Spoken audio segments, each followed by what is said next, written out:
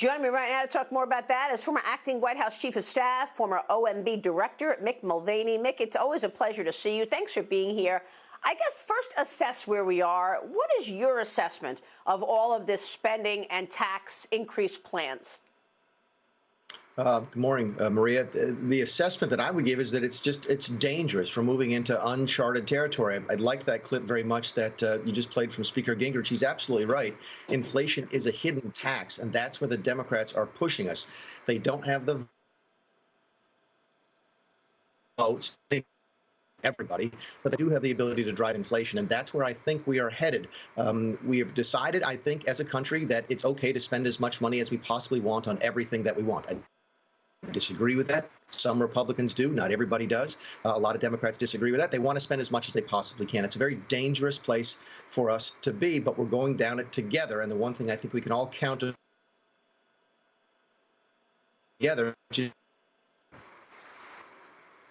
Mick, I guess, they're trying to push these things through in such a fast way. I mean, look, I understand that there's an election next year and they could lose the majority in the House, but man, are they moving fast in terms of policy, pushing through first $1.9 trillion quote-unquote COVID plan in January, now another $2 trillion quote-unquote infrastructure plan, and then a family plan, $2.3 trillion. I mean, this is a lot of spending in a short period of time. They're trying to do it through reconciliation so they don't have to deal with the Republicans because they don't have any support. What do you think happens at that White House meeting this week where congressional leaders, Congress, as well as the Senate leadership will be there to discuss this? How are the Republicans going to react?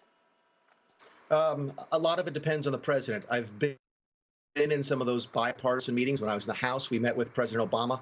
That didn't go particularly well. He came in to tell the House Republicans what they were doing wrong and how they needed to change. I was in a lot of those bipartisan meetings with President Trump, who really was, despite his personality differences with, say, Nancy Pelosi or Chuck Schumer, was very interested in what the Democrats were having to say. I don't know where President Biden is going to be. I don't know if it's President Biden who will be running the meetings. Will it be the chief of staff? Will it be the vice president? We don't know. I'd be curious to see how President Biden, as the leader of the nation, somebody who went on television during his swearing in, said he wanted to represent everybody, even folks who didn't vote for him, to see how he sets the tone for the meeting. You pretty much know what the Republicans are going to say. We don't need to spend all the money. You know what the Democrats are going to say. We need to spend this money. Where is President Biden going to be? That'll be the most interesting thing, I think, that comes out of this meeting, and it will tell you what road are we going to go down. Are we going to go down the harder road towards a smaller spending with bipartisan support, or are they going to throw the Republicans aside and do everything they possibly can by themselves? I fear it will be the latter, just because I understand a little bit how Washington works, but the ball right now really is in President Biden's court.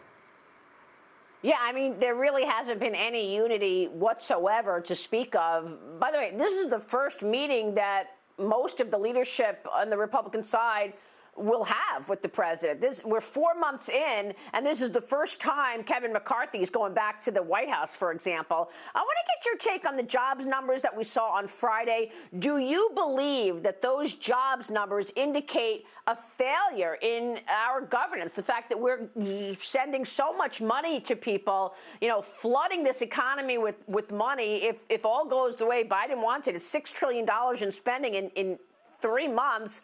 South Carolina Governor Henry McMaster has become the latest governor to leave the federal government's COVID-19 unemployment program.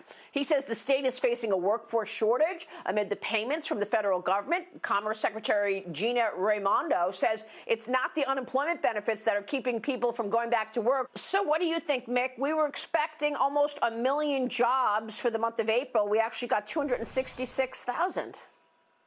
Yeah. Here's the question I think, Marie, we need to be asking ourselves as a nation was that supplement? And again, we're talking just about the supplement. We're not talking about changing the type of unemployment insurance we've had for many, many years. There's a $300 supplement from the federal government down to the states. That's what we're talking about here. Is that supposed to be permanent or not? My guess is my Democrat friends want it to be. And when you start talking about things like